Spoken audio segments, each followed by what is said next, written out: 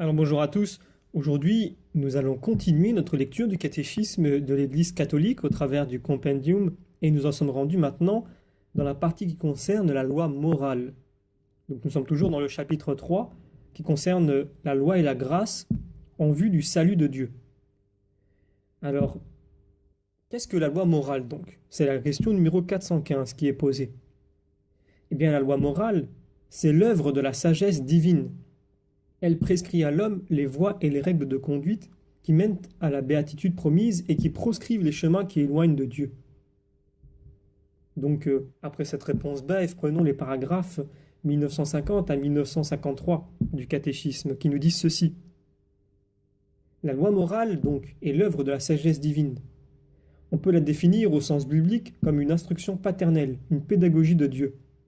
Elle prescrit à l'homme les voies, les règles de conduite qui mènent vers la béatitude promise, et elle proscrit les chemins du mal qui détournent de Dieu et de son amour. Elle est à la fois ferme dans ses préceptes et aimable dans ses promesses. La loi est une règle de conduite édictée par l'autorité compétente en vue du bien commun. La loi morale suppose l'ordre rationnel établi entre les créatures pour leur bien et en vue de leur fin par la puissance, la sagesse et la bonté du Créateur.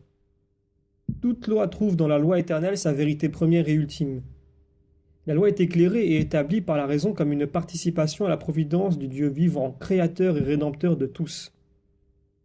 Saint Thomas d'Aquin disait, donc cité par Léon XIII, cette ordination de la raison, voilà ce qu'on appelle la loi. Tertullien, pour le citer, disait ceci. Seul parmi tous les êtres animés, l'homme peut se glorifier d'avoir été digne de recevoir de Dieu une loi. Animal doué de raison, capable de comprendre et de discerner, il réglera sa conduite en disposant de sa liberté et de sa raison, dans la soumission à celui qui lui a tout remis.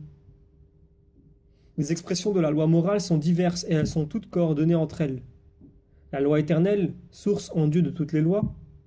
La loi naturelle, la loi révélée, comprenant la loi ancienne et la loi nouvelle ou évangélique, et enfin les lois civiles et ecclésiastiques. La loi morale trouve dans le Christ sa plénitude et son unité. Jésus-Christ est en personne le chemin de la perfection. Il est la fin de la loi, car lui seul enseigne et donne la justice de Dieu. Comme nous pouvons lire en Romains chapitre 10, car la fin de la loi, c'est le Christ pour la justification de tout croyant.